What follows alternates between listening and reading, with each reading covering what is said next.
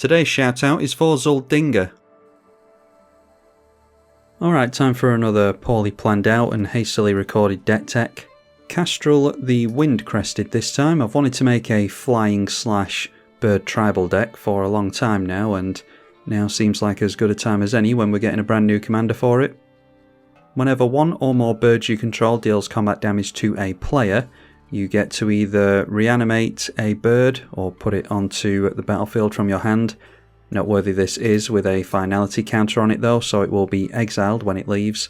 Or you can go for mode 2, a plus counter on each bird you control, or you can draw a card. Noteworthy here, it will only trigger once per turn per opponent you hit with it, so if you've got 3 opponents left in play, then you can trigger this 3 times, and it will incrementally get worse as the game progresses and players are knocked out, but hopefully by that point we'll have a litter of birds in place, so let's go through in whatever order Moxfield would like us to. It puts creatures first, so we do have a decently low curve on the creatures if my memory serves me. I make that many decks, I can't actually remember. This one is Artificer's Assistant, so 1/1 with flying, a bird, as will most of the creatures be. Whenever you cast a historic spell, scry 1, so that's artifacts, legendaries and sagas. I think there is 1 saga in this list, but it'll mainly be artifacts and legends. And yeah, just for the sake of having a 1/1 in play, which will not likely stay a 1/1 for very long, we might as well get some incremental scry out of the deal as well. Another 1/1 for 1. This one will counter an instant or sorcery when we sacrifice it unless they pay 1.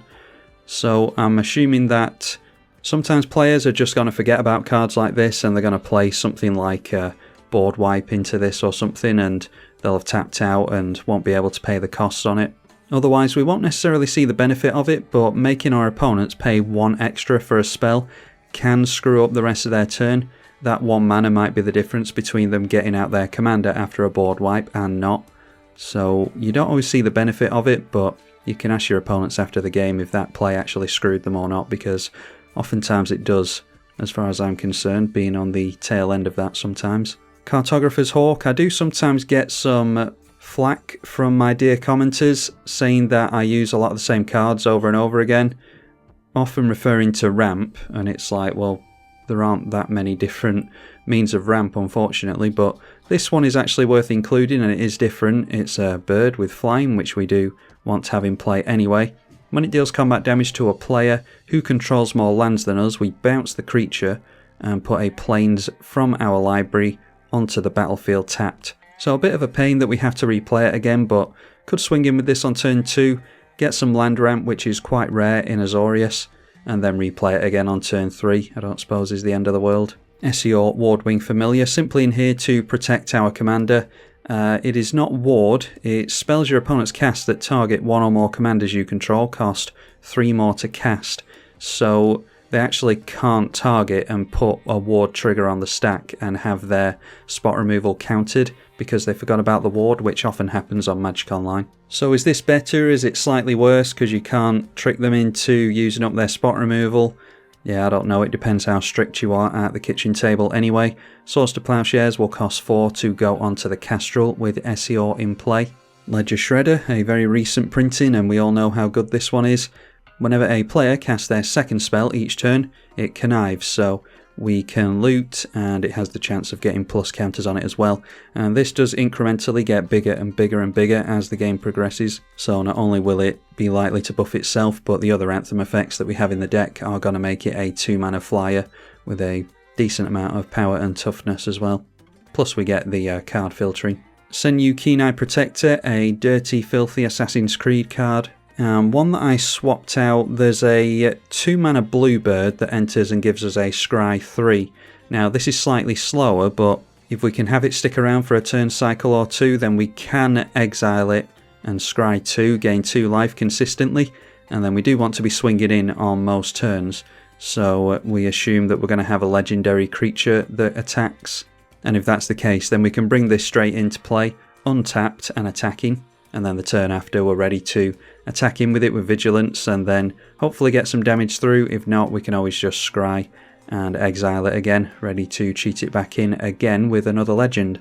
Sky Sovereign, one of the few non-birds in the deck, but this one does at least make birds for 4 mana. and it's +1/+1 for each other creature you control with flying, so it's a very, very cheap, big, dumb creature in the air. Stormscape Familiar makes our white spells cost 1 less. The black spells is obviously irrelevant in an Azorius deck, but again, a slightly more unique variant on the ramp package. And in a similar ilk, Watcher of Spears makes our creatures with flying cost 1 less to cast, and whenever another creature with flying enters under your control, it gets +1/+1 until the end of the turn. There are occasions in which, towards the mid to late game, you will get multiple flyers down in a turn and get the extra buffs on this. Could be enough to take out a Planeswalker or a player that's teetering above 0 with their life total. Aven Interrupter, another reasonably new one. Flash and Flying on a 2/2, whenever it enters, exile a spell, and it becomes plotted, so they can cast that plotted spell without paying the mana cost, but they can only do that at sorcery speed, so going after something like a counterspell with this or something like that would just completely break the counterspell, unless it's one of these modal ones. Obviously a mana drain being cast at sorcery speed isn't going to do a whole lot, and it will not be free actually with the plot cost, because spells your opponents cast from graveyards or from exile cost 2 more to cast. This is very helpful against the Discover and Cascade mechanics, things like that as well. The Impulse Draw that Red is so used to nowadays as well. So yeah, Aven Interrupter, have high hopes for that one. Great that it has flash. Next up is Aven Mimeomancer. At the beginning of your upkeep you can put a feather counter on a creature. That creature is a 3/1 with flying for as long as it has a feather counter on it, so just a means of buffing some of our weaker birds. A lot of them only have 1 power, so buffing up the 1/1s to 3/1s is going to make a considerable difference, I imagine. Cloud Chaser Kastral is a Reclamation Sage on a bird. Can't go after artifacts unfortunately, but when it enters we can destroy an enchantment, Rhystic Study, Black Market Connections, Sylvan Library, all those good enchantments. Smothering Tithe, of which we have 1 in the deck as well. Target permanent becomes white for a single white cost. I don't imagine that that will be relevant in 99% of games, but worth bearing in mind. Empyrean Eagle, I think, is the first Anthem effect that we've seen in the deck. A Bird Spirit, 2/3, gives a +1/+1 buff. It's pretty simple stuff really. Jackdaw Saviour, another brand new one from Bloomborough. Whenever this one or another creature you control with flying dies, return another creature with lesser mana value from graveyard to battlefield. Now the major benefit of Jackdaw Saviour is going to be in combo decks. There's not a combo in here that I know of with Jackdaw, although we do have Tashar in the deck, but yeah, just being able to fish out a small creature whenever the Jackdaw dies, or if we just so happen to have a big bird in play, can reanimate something else that's of a decent size. You never know, we might be going up against mill players, or there might have been a few board wipes. Getting into a Jackdaw Saviour later in the game might be of some relevance. Noteworthy that it can be skull clamped as well, so we can go for the pseudo sacrifice on that if we want to, in order to trigger it. Jubilant Skybonder, creatures you control with flying have what is effectively Ward 2, so another means of protecting our board against players that want to throw spot removal in our general direction, similar to Essie this one. Keeper of the Nightingales, a very old one, only 1 printing I imagine with a border like that, or a frame like that. 1/2 flyer, tap, and tap 2 untapped birds you control to bounce a permanent to its owner's hand. Noteworthy, you can go after lands with that. I wouldn't have thought you'd be abusing this one too much. We don't have a load of untapped shenanigans or anything. This is just really a slightly slower control piece that we might be able to bounce planeswalkers back with and expensive commanders and stuff like that. Get rid of a big flyer in the air so that we can more easily get through to our opponents. Yeah, it's a shame that it can't do anything for an entire turn cycle, but I'll give it a whirl here and see if it's actually any good. Keeper of the Nightingales. Now this one I know is good because I've played it before. Nimble Obstructionist, a 3/1 for 3 mana with flash and flying. Doesn't do anything upon entry, but when you cycle it for 3 mana you will draw a card and get to counter a target activated or triggered ability you do not control. So Planeswalkers, equip abilities, the tap abilities of your opponent's creatures, Kiki Jiki and things like that. Excellent that it has the flash on here, because you can hold it over your opponent's heads without them realising, and then if you decide not to use it, there's nothing of value to holding on to the counter side of this, then you can always just throw it in as a 3/1 flash flyer and surprise them with more damage than they were expecting to take. Scouting Hawk, I think this is another means of land ramp. When it enters the battlefield, if an opponent controls more lands than you, search for a basic plains, and it goes onto the battlefield tapped. Don't have too much means of flickering here, I don't think. I'm not sure we have any means of flicker actually, but I'm sure there's Yorion variants of a bird or flying deck that you could make, and a card like this will go particularly well in there for the land ramp, but I expect in Azorius we will not be keeping up on lands with our opponents, so a card like this could come in handy. Warden of Evosar, we've seen multiple variants of an effect like this. Creature spells with flying you cast cost 1 less to cast, and it is a 2/2 flyer. Then yet another non-bird creature, this one Emeria Angel. It makes a bird token with landfall. We do have a few fetches, so we could make multiple lands in a turn. I think we have a couple of means of making multiple lands in a turn, but not too many. Like I said, we're in Azorius, so if we can play Emeria Angel on something like turn 5, and then make a land into it straight away, we'll get the birds immediately, and hopefully they are not mere 1/1s, they will be much bigger than that. Speaking of getting bigger, Ishai, Ojitai Dragon Speaker. Whenever an opponent casts a spell, put a plus counter on it, and it doesn't have the pesky text of only triggering once per turn. So Ishai gets absolutely massive over the course of the game, and of course it's a bird flyer, so the built-in evasion is going to help you one-shot opponents out of the game oftentimes. Mentioned it briefly previously, Tashar, Ancestor's Apostle, an excellent commander in its own right. Whenever you cast an historic spell, that's artifacts, legendaries and sagas, return a creature with mana value 3 or less from graveyard straight to the battlefield. Already seen plenty of lower cost creatures in the deck, and we will be expecting to see board wipes. So if we can drop Tashar into a Sol Ring or an Arcane Signet or something like that, then we'll slowly start to rebuild our Avian army. Again, don't know if there's any combos in the deck, they're accidental if there are, I highly doubt there is, but Tashar really good on its own just for helping to get a little bit of reanimation here and there. Aerial Extortionist, we've had some really good bird support in recent years. Whenever it enters the battlefield or deals combat damage to a player, so you have the chance of getting 2 triggers on this if you manage to give it haste. Exile up to 1 non-land target permanent. As long as it remains exiled, its owner may cast it. So basically this enters and it's a little bit like an O-ring, just exile anything. Like I said, it can enter, throw some lightning greaves on it, swing in, and it triggers again, so you've exiled 2 things. Whenever another player casts a spell from anywhere other than their hand, draw a card. So white seems to be getting more into this type of thing now, where they can delay you by making cards plotted and throwing them into exile and letting you recast them, but you will get benefit from not only a tempo loss from your opponent, but in this case some card draw as well. Aerial Extortionist, a really good one, and yet another one I have high hopes for. Kanji Sky Warden, the third iteration of Kanji, can't remember. Flying Vigilance 3/3, it gives a buff to attackers when it attacks, and that is a +2 buff to power, and does the same with blocks, but +2 to toughness, and it does have vigilance, so it can both attack and block in the same turn cycle. We do have a means of giving our army vigilance as well, which can come in handy with a card like this. The real meat of the deck is at the top of the CMC curve, as we're seeing here, Steel Plume Marshal. Whenever it attacks, other attacking creatures you control with flying get +2/+2, so if your army isn't big enough, then a Steel Plume Marshal will help you to push through the extra damage for victory. Consecrated Sphinx, the higher end curve on birds isn't all that great, they do tend to be smaller CMC creatures, but Consecrated Sphinx is good enough in any blue deck to include, and the fact that this one has flying means that it's going to be able to deal some extra damage in the air from the flying buffs as well. Whenever an opponent draws, you draw 2, so you can definitely refill your hand with this, it only takes a couple of turns to do so. Eagles of the North, not sure if I would have included this if it wasn't for the fact that it has plain cycling 1, meaning you can pay 1, discard it, go and fetch out a plains from your library straight into hand. The effect might help us in the late game, it's quite expensive though for 6 mana. When it enters the battlefield, +1 and first strike to all of your creatures until the end of the turn.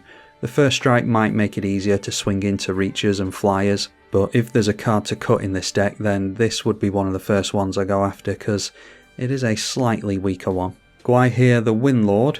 Another one from Lord of the Rings. It costs 2 less to cast as long as you have drawn 2 or more cards this turn, which is not beyond the realms of possibility. You only have to draw 1 card after your draw step. 4/4 Flying Vigilance, potentially for 4 mana. Other birds you control also have Vigilance, so that goes to what we were saying previously of being able to give our army Vigilance. Being able to both attack and block in the same turn cycle is going to help us to keep our life total up there and keep swinging in for lots of damage. Another non-bird at the top of the curve. Like I said, the birds aren't all that great once the mana starts getting expensive, but potentially don't have to pay a lot of mana for this. Just a single white and tap 4 untapped flyers is going to get Safara into play. It's a 7/7 flying lifelink. Other creatures you control with flying have indestructible, so it's a little bit like an Avacyn that we can cheat into play for not very much mana. Then I think this is one of the last creatures here. Windreader Sphinx might be the last creature. A pet card of mine that I don't get to play very often, but a 3/7 flyer for 7 mana.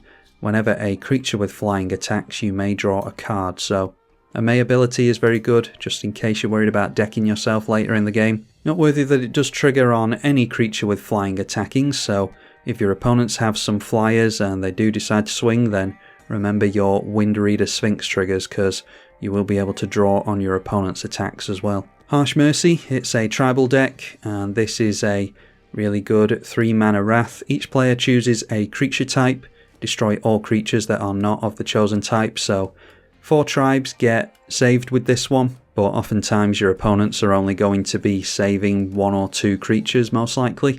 Might be that there's some shared creature types around the board, maybe some of your opponents have the odd bird or something like that, but oftentimes in my experience with Harsh Mercy, you are knocking your opponents down to a creature or 2. Winged Words, a thematic card and a half decent one as well, 2 mana to draw 2 cards in this deck most likely. Airborne Aid counts every bird on the battlefield and then draws you cards for 4 mana equal to that number. Could be a little bit slow, but this isn't exactly a CEDH list. Might be that if you're controlled quite nicely, then you're only going to have 2 or 3 birds in play. But 4 mana, draw 3 cards, it's not the worst, and there's every chance that your opponent could have a shapeshifter or a bird in play, so yeah, Airborne Aid. The upside of this is that we spend 4 mana in the late game to draw a hell of a lot of cards. Battle Screech, 4 mana at sorcery speed for a couple of bird tokens with flying is pretty terrible, but the flashback makes this one worth it. Tap 3 untapped white creatures you control, and you can get another couple of bird tokens, so obviously this sort of pays for itself on the flashback. You will need 1 more white creature in play, but shouldn't be too difficult to provide that, and for just 4 mana, litter the board with 4 white bird tokens. Gust of Wind, yet another spell with a cost reduction on it, so for 2 mana most likely we draw a card and bounce a non-land permanent to its owner's hand. Just another tempo play again, a means of bouncing big reaches and stuff like that. I mean, there's a myriad of permanents that we might want to bounce, you can use your imagination. Raise the Palisade, another one-sided Wrath, so again choose a creature type. This is a tribal Wrath, return all creatures that are not of the chosen type to the owner's hand, so we name bird 100% of the time in this deck, and once again, like with the previous white sorcery, we're hoping to very much outnumber our opponents after a one-sided board wipe like this. Austere Command, gonna have, like in most creature-based decks, a lot of lower CMC creatures, so it could be that we want to destroy all the big creatures, mana value 4 or greater, and obviously we've got the option of artifacts and enchantments as well. May well be that we want to just get rid of all the little guys if there's a lot of tokens on our opponent's side of the field. We're worried about an overrun effect or something. That might set us up for getting some reanimation with the Kastral, so as ever, Austere Command, very very good modal card. And it's the usual stuff in the spot removal slot, a Path to Exile, Source to Plowshare, surprises no one, Cyclonic Rift, surprises no one. Lofty Denial, if you were going to take this deck more seriously then you'd just run Arcane Denial, because that's just a hard counter, but in the early mid-game, or if your opponent is often tapping out, then counter a spell unless the controller pays 1. It's often going to be 4 that they have to pay, because we will control a creature with flying. A nice thematic card again, but if you're going to take the deck more seriously then Obviously a counter spell, Dovin's Veto, Arcane Denial, we all know the spells. A Mana Drain, classic one, that is going to ramp us ahead quite nicely because a blue counter spell can do that for some reason. Fierce Guardianship I like having in most of my blue decks because Magic Online is quite a spicy place to play, but Kastral costing 5 mana means that I really don't want to be recasting it again, especially in a deck that struggles with ramp, so keeping it in play with a Fierce Guardianship so that we can actually play this on turn 5 is going to be very good for us, I think. Generous Gift, we all know about Generous Gift. Sink into Stupor, a new one from Modern Horizons, but arguably should be in every blue deck. A Bolt Land and a Remand effectively. And then we do have to lean a little bit on rocks for ramping this deck, but I have crammed in as much of the land ramp as I can, so Sol Ring, there we go, Wayfarer's Bauble for some land ramp. Obviously lands are much more permanent, much more likely to stay in play than something like an Arcane Signet. Azorius Signet, we'll have the Talisman in here as well, I imagine. Sword of the Animist is a really good one, especially in this deck because we have built-in evasion. And this is a really good one because it's not so crazy powerful that your opponents want to point spot removal at it, but it will gain you a lot of land advantage, mana advantage over the course of the game. The earlier you get this out, the better it's going to be, and it's highly unlikely that your opponents will point their Nature's Claims, Beast Withins at it or whatever. Yeah, there we are, the Talisman. Azorius Keyrune, I don't particularly like the Keyrune cycle, but I will play a thematic 3 mana rock if it is worth playing, and it is in this instance, because for only 2 mana we can make this a flying bird creature. Might have paid more for this, maybe 3, definitely not 4, but the fact that it only costs 2 actually makes it a decent inclusion in here. Urza's Incubator, it's a tribal deck, so makes our birds cost 2 less. Bident of Thassa, we're assuming that we're going to be able to get through to at least 1 player each combat, so for every creature that deals combat damage per turn. And for 2 mana and a tap, we can force creatures our opponents control to attack Evable this turn. So it's like I was saying, if we do have the Vigilance online, then we can encourage our opponents to swing in elsewhere because they don't want to come into our untapped army. And that might mean that the Bident of Thassa's activated ability kind of acts like a pseudo removal spell in a weird way.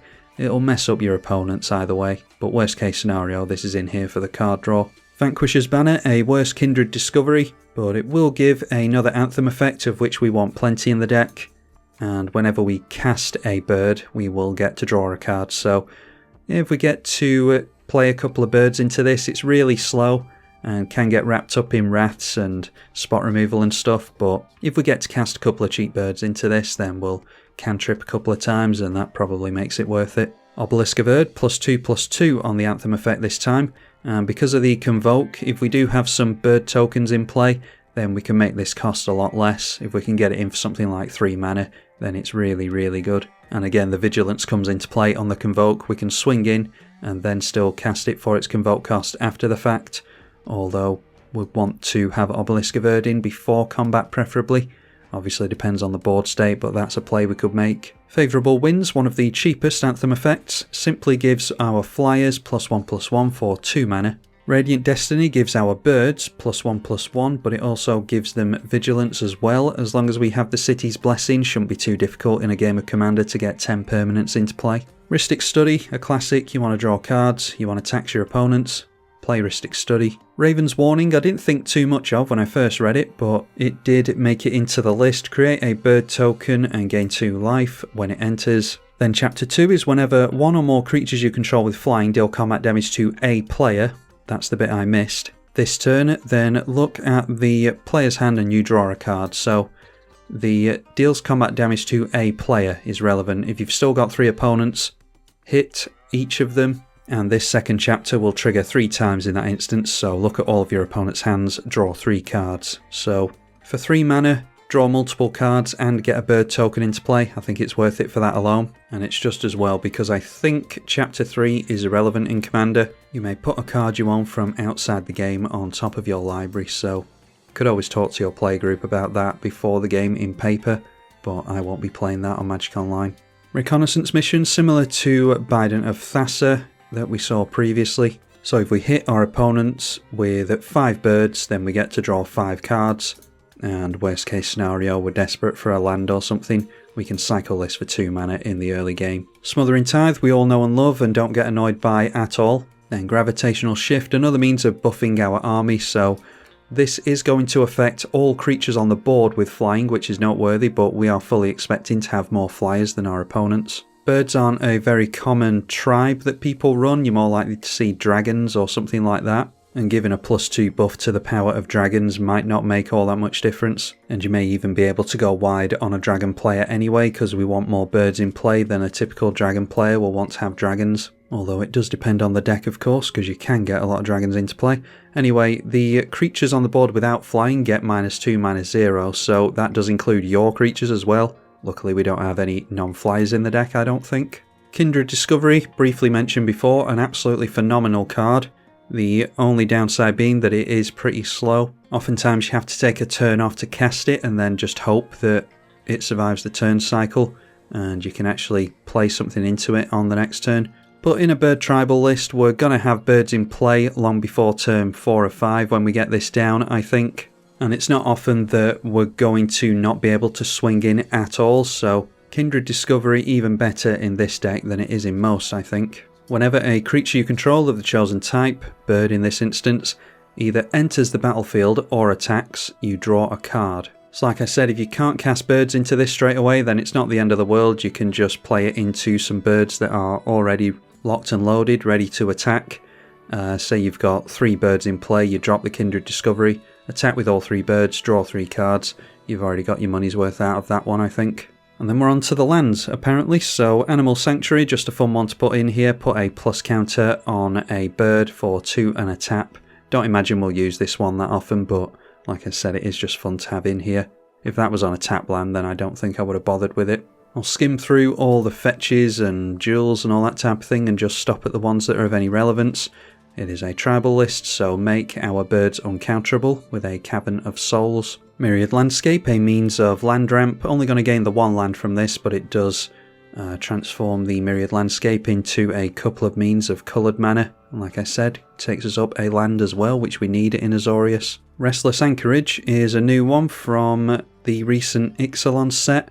Tap land, but for 3 mana. It's a man land, so turns into a 2/3 bird with flying. And as if that isn't good enough, because apparently 3 mana for a 2/3 flyer on a land isn't good enough anymore thanks to power creep.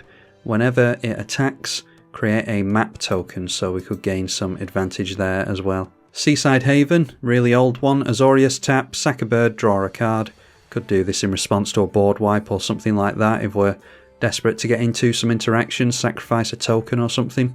But yeah, apart from that, tribal land, tap for any mana, tundra, unclaimed territories, the same thing. So yeah, apart from that, I think we're done with the deck tech. So let's go and have a look at the gameplay feature and see how we can do in the opening game. Okay, this first opening hand that I've drawn into isn't terrible. We've got the Scouting Hawk and only 2 lands. We can get it out with the Talisman though, so yeah, if we don't get into any more lands, we can grab one with this at least upon entry. So we draw on turn 1, there's an island, just throw that into play. Then turn 2, get into another tribal land, so let's assume I just got a tap land with the fetch. Throw out a Talisman and pass. Turn 3 sees us into a reconnaissance mission maybe? Or I suppose I could have held on to the land, go for the Hawk. By turn 3, depending on where we are in the turn cycle, it's likely that this would see a land, so let's just assume that it does.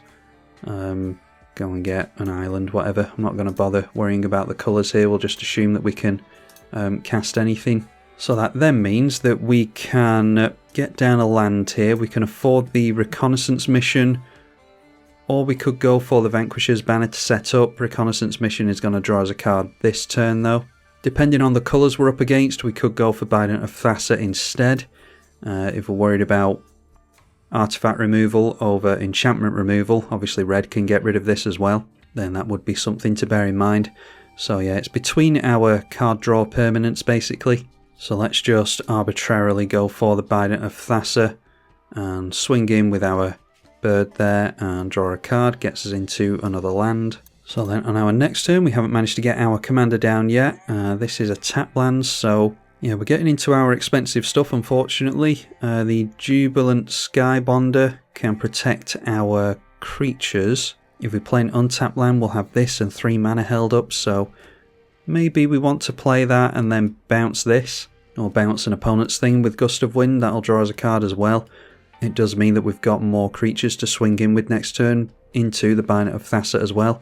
Could always swing in with this, see what we draw, and then make a decision from there. So let's draw, gets us into a Swords to Plowshares so that we can control the board a bit better. So for 1, 2 and 3 mana, get down that, and then I'll play the Otawara as an untapped land. We'll just go Gust of Wind for the sake of looking at another card. Speaking of which, a Consecrated Sphinx, so we really are drawing into all the expensive stuff here. Turn 5 and only have a couple of creatures in play isn't the best, but we're doing okay on mana and card draw at least, so this can see us into the mid to late game. Draw again, grabs us an island. We'll hold on to that for a minute because we might be able to just get down a tap land, or we could consider cycling this as well, although we are looking at enough cards here. So could get down the island, play our commander, and then hold up 2 mana to either cycle or go for the Swords to Plowshares. So let's say we swing in here. We can draw cards, I suppose, just to try and get into some more birds, because we're not seeing as many as we would like. So hit an opponent, hit a different opponent, draw 2, and there we've got some means of protecting our board in the Fierce Guardianship, and we can get rid of something like Heuristic Study or whatever with the Cloud Chaser Kastral. So we'll do what we said. Play an island for turn and hold up the 2 mana. Let's just assume that we cycle this and draw. Gets into another land anyway. Okay, we'll make turn 7 the last one, so play the tribal land, and we have managed to keep at 7 lands by turn 7. Like I said, Azorius is going to struggle on land ramp, and ramp in general apparently. Noteworthy that in a position like this, if we did want to draw enough cards to discard our big stuff, we could always then reanimate it with the Kastral. I don't think I put unlimited hand size in the deck, so that is something that we could do, but didn't think of it until now, so it's going to be too slow to do that here. We could draw even more cards with a reconnaissance mission though, or even the Windreader Sphinx, just to make things a bit more interesting. So let's just throw that down. Let's assume we use a Swords to Plowshares, gets rid of a flying blocker or something. And then we swing in at 3 different opponents, again to trigger our commander on 3 different occasions. So I assume we'd be throwing in some plus counters along the way here, but let's just draw 3 cards to start off with to the Windreader Sphinx. And that is simply for attacking. Draws us into a land, Kanji, and Esior. And then we hit, which means the Bayonet of Thassa will draw us 3 as well. Gets us into the Harsh Mercy. Even more cards being drawn with Airborne Raid and another land. So in a position like this, I would fully expect to start reanimating stuff. So maybe we decide on plus counters. I don't think we can do anything else this turn anyway. So it's 3 plus counters. Is it on birds? Yeah, on each bird you control. The Windreader Sphinx is not a bird. But the Kastral is now a 7 power creature, so slowly commander damage starts to become more relevant. And then at the end of the turn we've got 12 cards in hand, so that means we discard 5. Let's go for the Consecrated Sphinx. Can we reanimate? No, we can't reanimate Consecrated Sphinx, yeah. So what I was saying before about bringing back things like Windreader Sphinx, the bigger powered creatures, the higher CMC creatures, doing this as like a little bit of a reanimator deck isn't necessarily possible now that I think about it, because the higher end of the curve is not birds. Do have Kanji though, so let's throw that away, can bring it back with a finality counter. We'll get ourselves a free Esior as well, and at this point Vanquisher's Banner isn't going to do much of anything. Throw away a land, and we'll get rid of the Cloud Chaser Kastral as well, because I assume by turn 7, or it'll be turn 8 next turn, we're going to have an enchantment to get rid of. Opponent tries to wipe the board, we go for Fierce Guardianship, and then it's our next turn. We can draw again into a land, so 8 lands by turn 8. So then we can swing in with our stuff. We draw 4 cards this time, and that gets us into more mana, so getting into all our cards in the wrong order, unfortunately. But our birds deal combat damage to 3 different players, assuming that they're still around. So 1, 2 and 3 birds reanimated, and then we're starting to look like much more of a threat here. Combat damage already dealt to trigger this, so the kanji isn't as relevant. But the kanji does come into play untapped here, so these creatures will be better blockers when we reanimate something like kanji. So even the cheaper creatures are worth reanimating by the looks of it. First time I've done a playtest on this deck, so good to look at the little intricacies like this. So let's see here, just go Soul Ring. I've already made a land for the turn. Maybe we'd want to go for something like the Harsh Mercy, wrath the board and keep all of our birds in play. Does mean we'd lose out on the Wind Reader Sphinx unless someone named Sphinx, but I don't imagine. Oh, we didn't draw cards from Binding of Thasser either, but you get the point. Hit with 3 creatures, draw 3. I suppose trying to draw into some more interaction could be an idea, so we could go Consecrated Sphinx here, but a more fun play is the Airborne Aid. We just went for a Wrath, so I'll assume that there's no other birds in play, but we do have 6 here, so 4 mana, 3 remaining, and we draw 3, 4, 5 and 6, and that is our only means of protection, which I imagine our opponents will definitely play around. This exiles a spell, so yeah, Aven Interrupter is our means of getting rid of any Supreme Verdicts or Toxic Deluges or things like that.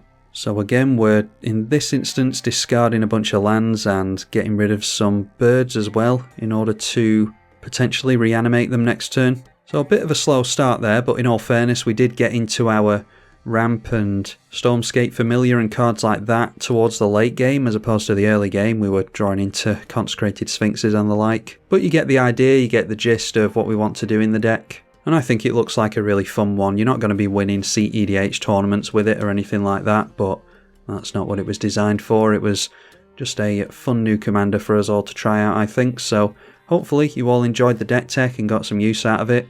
Look forward to gameplay with Kastral as well, because like I said, I've been wanting to make a bird/flying tribal list in Azorius for a long time, so now's my chance and I'm going to take it. Big thank you to the patrons for their financial support as well. I'm tribalkai.